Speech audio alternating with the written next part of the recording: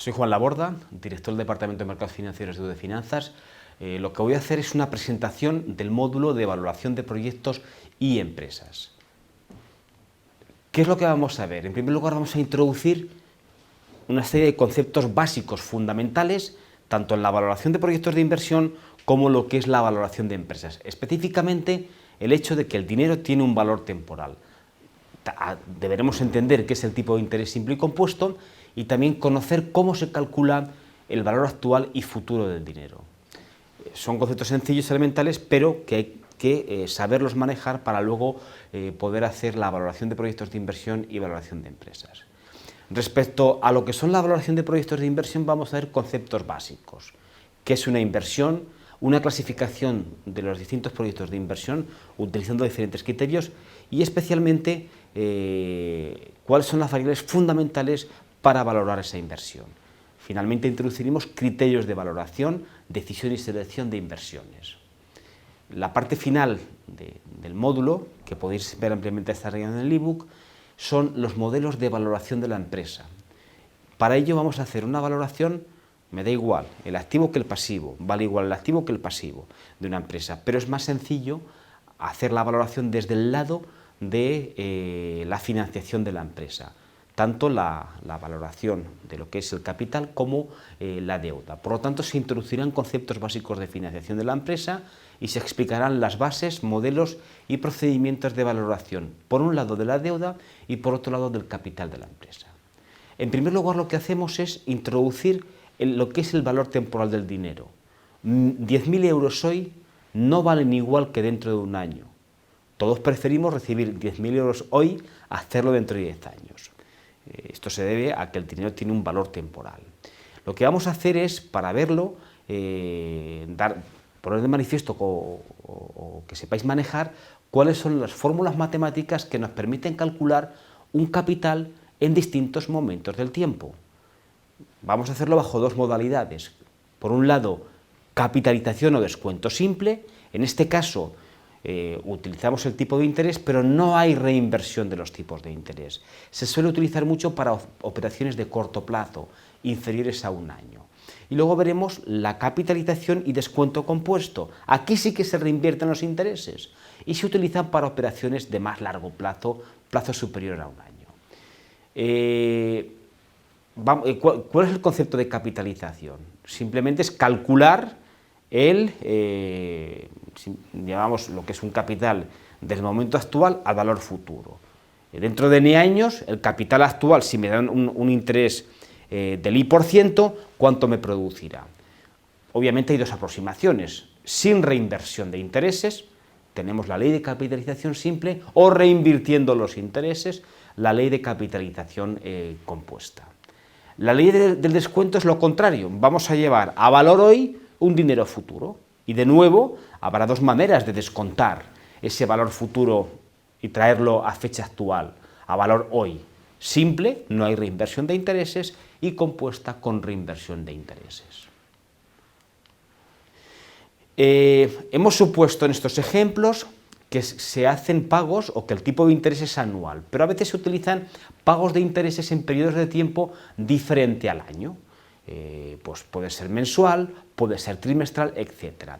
Va a ser indiferente pagar un tipo de interés de referencia anual o fraccionado en periodos inferiores al año. Lo que pasa es que no son lo mismo y habrá que tratar de establecer la equivalencia entre el tipo de interés simple y compuesto anual respecto al tipo de interés simple y compuesto en periodos inferiores. En el caso tipo de interés simple, si el tipo de interés simple anual es I%, el tipo de interés simple fraccionado para un periodo K será I dividido para M, teniendo en cuenta que M es el número de veces que esta fracción se encuentra dentro de un año. Por ejemplo, si trabajamos con un tipo de interés mensual, será I dividido para 12. Y si trabajamos con un tipo de interés trimestral, será I dividido para 4, porque hay 4 trimestres dentro de un año. Exactamente igual, pero en este caso con reinversión de intereses, cuando pasamos a la relación entre tipos de interés fraccionados y tipos de interés anual bajo la ley, bajo la reinversión de intereses, lo que se llama el tipo de interés compuesto.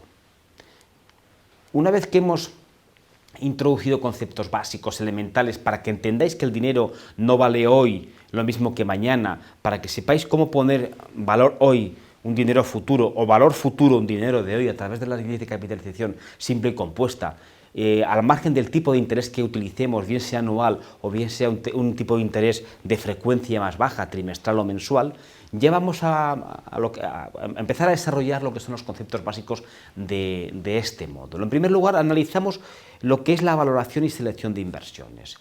El director financiero de una empresa se va a encontrar con multitud de proyectos de inversión y tendrá que elegir aquellos proyectos de inversión que maximizan el valor de mercado de la empresa o el valor de la acción, en el caso de que traduzcamos este objetivo de maximizar el valor de mercado de la empresa en términos de las acciones o accionistas. Lo que hacemos inicialmente en el ebook, aquí no me voy a entretener mucho, es explicar el concepto de inversión, elementos de un concepto de inversión y una clasificación de los distintos tipos de inversiones. Prefiero ir a los temas más prácticos e incluso explicar algún ejemplo que sirva a su vez para poder hacer los casos del módulo. Aquí tenemos una clasificación de las inversiones, me remito a lo que es el ebook. Ahora me voy a centrar en lo que es relevante, lo que son los criterios de decisión. Vamos a ver básicamente dos tipos de criterios de decisión, estáticos y dinámicos. Estáticos no tienen en cuenta el valor del dinero en el tiempo. Recordad lo que hemos visto al principio. Bueno, pero por lo menos lo tenéis que conocer. De todos ellos, a mí el único que me parece relevante es el último que aparece aquí, en la diapositiva. Es el plazo de recuperación de la inversión o payback. Simplemente nos dice el horizonte temporal en el cual, o que se tarda para recuperar la inversión inicial. Obviamente, la idea es recuperarlo cuanto antes. Pero vuelvo a repetir, no tienen en cuenta el valor de dinero en el tiempo, por lo tanto, desde un punto de vista práctico, de cara a la toma de decisiones, son, desde mi punto de vista, prácticamente irrelevantes, únicamente que los debéis conocer. Lo que en cambio sí que vamos a analizar son los criterios dinámicos. Tienen en cuenta el valor del dinero en el tiempo. Básicamente son tres. El plazo de recuperación, lo que hemos visto antes, descontado, teniendo en cuenta en este caso el valor temporal del dinero. Y luego los otros dos, que obviamente son los más relevantes. El valor actual neto, que es el valor actualizado al momento inicial de todos los flujos que genera un proyecto, utilizando ¿qué? Ya lo hemos visto, la tasa de descuento, porque llevamos todos los flujos a fecha hoy. Ley de descuento. Y luego lo que es la tasa interna de rentabilidad. Es un criterio de rentabilidad relativa, como luego veremos. Desde nuestro punto de vista, el más relevante, el que tenéis que conocer perfectamente, es el criterio del BAN. ¿Qué nos dice el criterio del BAN? Que es el que vamos a analizar en profundidad con un ejemplo. El valor actual neto es la suma actualizada al momento de hoy, momento inicial, de todos los flujos que genera el proyecto de inversión a lo largo de la vida, como podéis ver en esta diapositiva. Hay que tener en cuenta también el desembolso inicial que hay que implementar a la hora de hacer ese proyecto de inversión. Ahí tenéis la fórmula del BAN. Valor actualizado de los flujos de caja que genera a lo largo de la vida, teniendo en cuenta además lo que es la inversión inicial. Fijaros que obviamente hemos de descontar esos flujos a un tipo de interés. ¿Y cuál es ese tipo de interés? Se llama coste de oportunidad y es la tasa de rentabilidad esperada para inversiones similares, alternativas de riesgo similar a la que se renuncia por invertir en este proyecto. Es muy importante, luego veremos brevemente un poquito más. Y esa tasa de rentabilidad debe corresponderse con la rentabilidad ofrecida por inversiones de riesgo similar. Esa es la idea fundamental y se va a utilizar para descontar esos flujos. ¿Qué nos dice el criterio del BAN? Obviamente implementaremos un proyecto de inversión o lo elegiremos si ese valor actual neto es mayor que cero. Por lo tanto, será factible económicamente. Si es menor que cero, lo rechazaremos. Si es igual a cero, hay indiferencia entre ejercerla o no ejercerla. Es muy raro que un BAN de un proyecto sea igual a cero, pero puede ocurrir también, ¿no? ¿Cuáles son las ventajas del BAN? Facilidad de cálculo y tiene en cuenta el valor temporal del dinero. ¿Cuáles son sus fundamentos? ¿Qué pasos debemos seguir para su cálculo a nivel empírico práctico? Primero, vamos a realizar una previsión de los flujos de tesorería incrementales. Veremos luego con un ejemplo qué es ese concepto. El proyecto de inversión va a generar unos flujos de tesorería. Si hay que tomar decisiones respecto a una situación particular, se traducirán en flujos de tesorería incrementales respecto a los que se originaban previamente. Vamos a calcular el coste de oportunidad del proyecto, teniendo en cuenta el valor del dinero en el tiempo y el riesgo asumido por el proyecto. Por lo tanto, utilizaremos lo que es la tasa de rentabilidad de actividades similares y de riesgo similar. A partir de aquí, vamos a descontar los flujos de caja que hemos calculado en el punto 1 con ese coste de oportunidad. Y por último, vamos a ver si es positivo o es negativo. Si nos da un valor 0 el BAN, invertimos. En caso contrario, que sea negativo, no invertimos. Si es igual a 0, indiferencia. ¿Qué es el coste de oportunidad? Es la tasa de descuento de una inversión y será el beneficio al cual estamos renunciando por invertir en ese proyecto. Es muy relevante en la valoración de un proyecto, porque dependiendo de su valor, el BAN puede pasar de positivo a negativo. Debemos ser muy cuidadosos.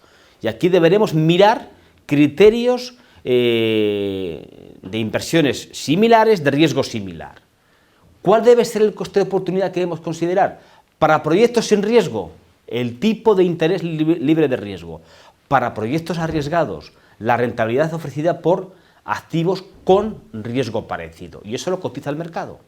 Luego veremos, cuando veamos la valoración de la empresa desde el lado de la deuda, cómo se puede calcular. Algunas propiedades del BAN. Ya hemos dicho antes que reconoce el valor temporal del dinero. En segundo lugar, depende únicamente de dos factores relevantes: coste de oportunidad y flujos de caja esperados. Cuidado, este es el concepto básico, fundamental. Flujos de caja esperados. Por ejemplo, una depreciación no es ningún flujo de caja esperado. No hay que tenerlo en cuenta para el cálculo del BAN, solamente para un aspecto, para calcular el beneficio antes de intereses e impuestos y ver qué flujo me genera ese beneficio en términos de pagos de impuestos, en este caso sí. ¿Vale? Por último, el BAN cumple la propiedad de aditividad. Y esto hace que el BAN sea un buen criterio porque maximiza el valor de la empresa y, por lo tanto, la riqueza de los accionistas. Vamos a ver un ejemplo para entender todo lo que hemos comentado antes.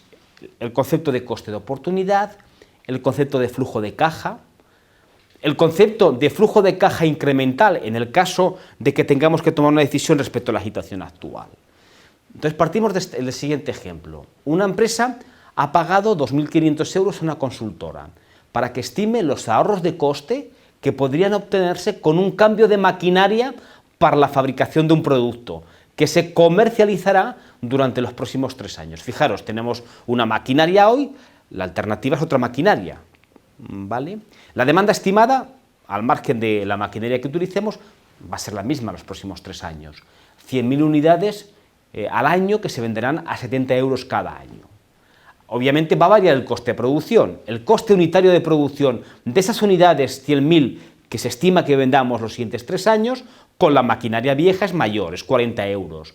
Con la maquinaria nueva va a ser menor, 27 euros. Nos dan más información en el problema. La maquinaria vieja, más o menos, tendrá un valor nulo aproximadamente de 3 años, dentro de 3 años, y su precio de venta actual, si lo vendemos hoy, se estima en 7.000 euros. El precio de la nueva maquinaria, a fecha de hoy, son 750.000 euros. Además, para mantener la nueva maquinaria, se necesita contratar a un técnico especializado que cobrará 16.000 euros al año. Y el valor residual de la nueva maquinaria dentro de 3 años será de 9.500 euros. Lo que me piden es, básicamente, si interesa o no sustituir la maquinaria actual por la maquinaria nueva. Vamos a calcular el BAN de esa decisión y ya veremos todos los conceptos que hemos ido explicando previamente. Fijaros, la idea es que las ventas son, si nos acordamos el enunciado, 100.000 unidades a 70 euros cada una. Bueno, eso genera, en los siguientes 3 años, como podéis ver en el cuadro, 7 millones de ingresos por ventas, tanto utilizando la maquinaria actual como utilizando la maquinaria nueva. Lo que varía es el coste de producción. En el primer caso, se estima el coste de producción unitario por cada unidad vendida, 40 euros. A 100.000 unidades supone un desembolso de 4 millones de euros. Entonces, la situación de flujos de caja actual serían los 7 millones de ventas menos los 4 millones de costes de producción cada año. 3 millones para el año 1, año 2 y año 3. ¿Qué ocurre con la máquina nueva? Los costes de producción disminuyen. Son 27 euros por unidad. Serían costes por 2.700.000 euros. Pero aquí hay que incorporar algún tema adicional. ¿Cuál es? ¿Qué ocurre si decidimos comprar esta maquinaria nueva? Obviamente hay un desembolso inicial en cero por 750.000 euros. Desembolso. Obviamente venderíamos la máquina vieja que nos darían como valor residual 7.000 euros. Sería un flujo de caja positivo, el momento actual. Pero a su vez, en el enunciado se nos dice que para el mantenimiento de la nueva máquina es necesario contratar a un técnico especializado que cobraría 16.000 euros al año. Tendríamos un flujo de caja negativo en T igual a 1, T igual a 2 y T igual a 3. A partir de aquí, lo que vamos a calcular es los netos para la situación de la nueva máquina. En T igual a 0 sería una salida de 743.000 euros. En T igual a 1, 2 y 3, teniendo en cuenta además lo que son los salarios y el valor residual de venta de esta maquinaria nueva en 3 años, calcularíamos esos flujos. 4.284.000, años T igual a 1 y T igual a 2, y en el tercer año un poquito más por el valor residual de esta maquinaria nueva, que en 3 años valdría 9.500 euros. Y a partir de aquí calculamos ese concepto de flujo neto incremental, que es la situación de partida actual respecto a la hipotética situación de la nueva maquinaria, y nos daría los flujos que tenéis ahí. Menos 743.000, porque en T igual a 0, en la maquinaria actual no habría ningún flujo de caja, y en el año 1, año 2 y año 3, lo que tenéis ahí, la diferencia entre el flujo de caja de la nueva máquina, 4.284.000 respecto a 3 millones, para T igual a 1, T igual a 2, y en el año T igual a 3, un poquito más, 4.293.000 respecto a 3 millones. Y ya tenemos el flujo incremental neto. Disponemos de todos los elementos para utilizar el criterio del BAN. Recordemos, el valor actual neto de un proyecto de inversión es la diferencia entre su valor actual y el coste inicial de implementar el proyecto. Si nos damos cuenta, una breve cosa que se me olvidó decir, es que la empresa ha pagado 2.500 euros a una consultora y esos flujos no los he metido. No los he metido porque no van a influir en la toma de decisiones, ya que se han materializado ya. Lo único que me interesa es si el BAN de todo lo que hemos calculado es positivo o negativo, pero este coste de 2.500 euros ya se ha materializado, se ha perdido. Tomaremos la decisión respecto a los flujos estimados a partir del resto de la información. Ahí tenemos los flujos incrementales netos, derivados del cuadro anterior. ¿Qué tipo de interés vamos a aplicar? Nos lo dice el enunciado. Si nos damos cuenta, en el enunciado nos debe decir que ese coste de oportunidad es de un 10%, que es el que vamos a utilizar en la valoración o actualización de estos flujos, de un 10%.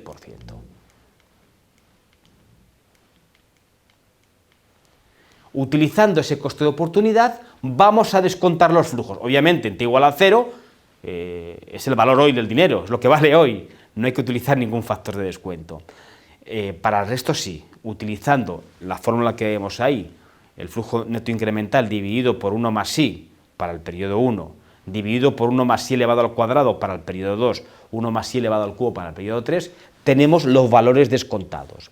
Los sumamos, lo que es el valor actual de cada uno de los flujos en T igual a 1, en T igual a 2 y T igual a 3, y añadimos también lo que es el coste inicial de implementar el proyecto en T igual a 0, y obtenemos un valor actual neto de 2.457.000 euros, positivo, con lo cual sí que tomaríamos la decisión de cambiar la maquinaria actual por la nueva maquinaria. Este es el criterio más importante. Obviamente hay más dificultades. ¿Por qué? Porque en la vida real hay que estimar esos flujos de caja.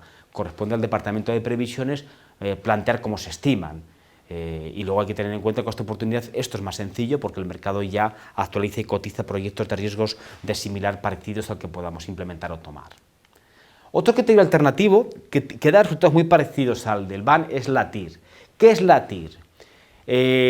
Lo que vamos a hacer es qué tipo de interés hace que el BAN sea igual a cero, ¿vale? Por lo tanto, es el valor de la tasa de actualización que hace que el BAN sea igual a cero, que iguala las entradas y salidas originadas por un proyecto en la ecuación de inversión. El TIR es una medida de rentabilidad bruta, ya que no tiene en cuenta los costes de financiación del proyecto. Lo que vamos a hacer es comparar esa TIR con el coste de financiación del proyecto. Si la TIR es mayor que K, se acepta el proyecto, la rentabilidad neta es positiva. Si es menor que K, no se llevará a cabo porque la rentabilidad es negativa, la rentabilidad neta. Y si es igual a K, igual que cuando el BAN es igual a cero, es indiferente. Pero vuelvo a repetir, es aquella tasa de actualización que me hace que el BAN sea igual a cero. Y lo comparamos con el coste de oportunidad de un proyecto de riesgo similar. Vamos a ver ahora lo que es la valoración de empresas. Bueno, hemos hecho valoración de proyectos de inversión, ahora vamos a valorar la empresa en su conjunto. ¿El valor de la empresa qué es? El valor de la cartera de proyectos de inversión, que antes hemos ido analizando. Lo que pasa es que hay una tremenda variabilidad entre lo esperado y lo obtenido, y hay una dificultad de estimar los flujos de caja de diferentes proyectos. Lo que vamos a hacer es tener en cuenta que el valor del activo es igual al valor del pasivo. Fijémonos en el pasivo, en la financiación. Vamos a valorar a la empresa a través de los instrumentos financieros emitidos para financiar los proyectos de inversión. Esto nos hace que el valor de los activos es igual al valor de los pasivos, trabajaremos con el valor de los pasivos. Bueno, aquí hay una expresión en función de que tengamos en cuenta no los pagos de impuestos. Vamos a valorar dos tipos de activos, hay dos tipos de activos, sin riesgo y con riesgo. Si son sin riesgo, se aplica el tipo de interés a pagar, será el interés libre de riesgo. Y con riesgo, obviamente, vamos a ver un tipo de interés equivalente en función de que sea un proyecto de riesgo similar. Lo que vamos a ver ahora es la valoración de la deuda, sin riesgo de crédito y con riesgo de crédito. Primero, sin riesgo de crédito, presupone que no hay impagos. La empresa cumple con los pagos a sus acreedores. Y lo que vamos a utilizar es la tasa libre de riesgo. Es una situación que es irreal, porque si aplicamos esto, lo único que vamos a hacer es sobrevalorar los activos, porque ese tipo de interés será bajito, hace que el valor sea mayor. Generalmente hay que contemplar la posibilidad de impagos, y aquí influyen algunos conceptos que veremos.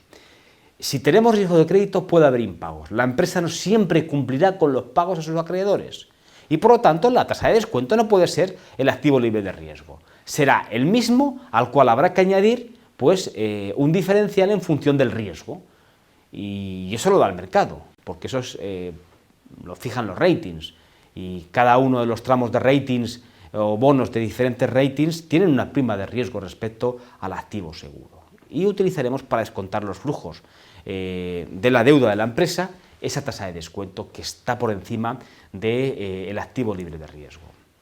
Aquí obviamente sabemos las agencias de calificación que emiten los ratings, y estos ratings hacen que los bonos de diferentes países tengan diferente diferencial o spread. ¿Qué ocurre en cambio cuando la empresa tiene una deuda y no sabemos o no existe una calificación emitida por una agencia para esa empresa, porque su deuda no cotiza en el mercado? Por ejemplo, pues vamos a calcular ratings sintéticos, y a partir de esos ratings sintéticos estableceremos una relación con los ratings publicados por las agencias de calificación, y podemos ver qué spread añadimos al activo libre de riesgo para calcular esa tasa de descuento, y a partir de ahí valorar el pasivo, la deuda de esa empresa. Lo que vamos a hacer es utilizar un concepto muy facilito, que es el ratio de cobertura de intereses, el cociente entre lo que es los beneficios antes de intereses e impuestos y el pago de intereses. Y a partir de este cálculo obtendremos un valor que estará en relación con los ratings de las agencias de calificación. Aquí lo tenemos. En función de diferentes valores que toma el ratio de cobertura, se puede asignar un rating estimado, y a partir de ahí se puede observar cuál es el diferencial de ese rating respecto al activo seguro. Por ejemplo, si fuera un AAA, porque tiene un ratio de cobertura superior a 8,50, el spread a añadir sería 0,25%. Si fuera un ratio de cobertura muy bajito, inferior a 0,30, tendría una calificación prácticamente de bono basura. Y el rating que deberíamos añadir, o el diferencial a añadir a lo que es el activo libre de riesgo, sería muy elevado.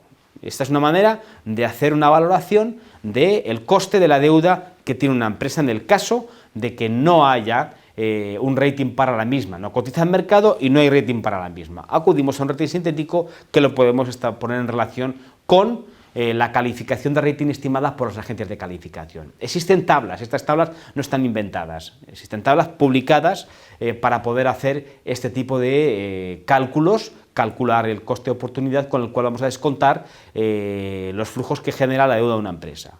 Repetimos, valoramos la empresa desde el lado de su pasivo. Estamos viendo criterios de valoración de la deuda de esa empresa. Ya tenemos todo para poder hacerlo. Si existe calificación de la empresa, vamos al rating y la tasa de descuento será el tipo de interés del activo libre de riesgo más el spread marcado por el rating. Si no hay calificación crediticia, acudimos al rating sintético y lo ponemos en relación con el spread comparable por el rating establecido por una agencia de calificación y ya tenemos otra manera de calcular esa tasa de descuento. Ya tenemos todos los elementos para valorar la deuda de una empresa. Y a partir de aquí ya podemos incluso incorporar nuevos elementos, como que asignemos una probabilidad de impago a los acreedores, y a partir de aquí podemos calcular ese valor también, ¿no? Y cómo actualizarlo, según en función de esa probabilidad. Ya tenemos fórmulas para hacer todo este proceso.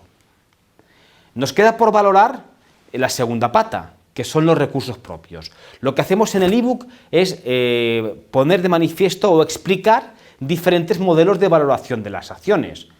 De descuento de dividendos se basa en que el valor de las acciones es igual al valor presente de los dividendos futuros esperados. Hay varios tipos de modelo en función de las características de la empresa a valorar. Es para nosotros el valor preferido junto con el último. Modelo de descuento de beneficios anormales. Es el valor de las acciones, representa el valor presente de futuros esperados anormales, además de su valor contable. El de múltiplos. En este modelo aproximamos el valor de las acciones de lo que es la parte capital de la empresa, relacionando los beneficios de una empresa con otra empresa de beneficios similares o con un sector del que conocemos el valor del patrimonio empresarial. Y por último, el valor de descuento de flujos de efectivo, donde las acciones, el valor de acciones representa el valor presente de los flujos de efectivo esperados para los propietarios. Se desarrollan ampliamente todos y cada uno de los modelos en el ebook, y a ellos me remito. Y a partir de aquí ya disponemos de todos los elementos que componen el módulo. Resumiendo brevemente, conceptos esenciales para entender que el dinero tiene un valor en el tiempo. Capitalización y descuento, simple o compuesta, según sean tipos de interés simple, operaciones inferiores a un año, o tipos de interés compuestos donde los intereses se reinvierten. A partir de aquí podemos dar el siguiente paso, valorar proyectos de inversión. Definimos qué es un proyecto de inversión y tratamos de valorar si tiene sentido o no implementarlo como directores financieros de una empresa a partir de una serie de criterios. De todos ellos nos quedamos con los criterios dinámicos y el criterio superior es el valor actual neto. Hemos visto con un ejemplo un poquito más complicado de lo usual calcular los flujos de caja incrementales netos y a partir de ahí ese valor actual neto, si interesa o no implementar una inversión respecto a la situación inicial de partida. Y por último, como fase final, vamos a valorar el conjunto de proyectos de inversión de una empresa, que es su activo, pero como eso genera dificultades porque hay diferentes probabilidades en cada uno de los proyectos de inversión, diferentes flujos, vamos a hacerlo desde el lado del pasivo, porque el valor del activo es igual al valor del pasivo. Valoremos la deuda y valoremos el capital de la empresa. Y hemos visto criterios de valoración de esa deuda y criterios de valoración del capital de esa empresa.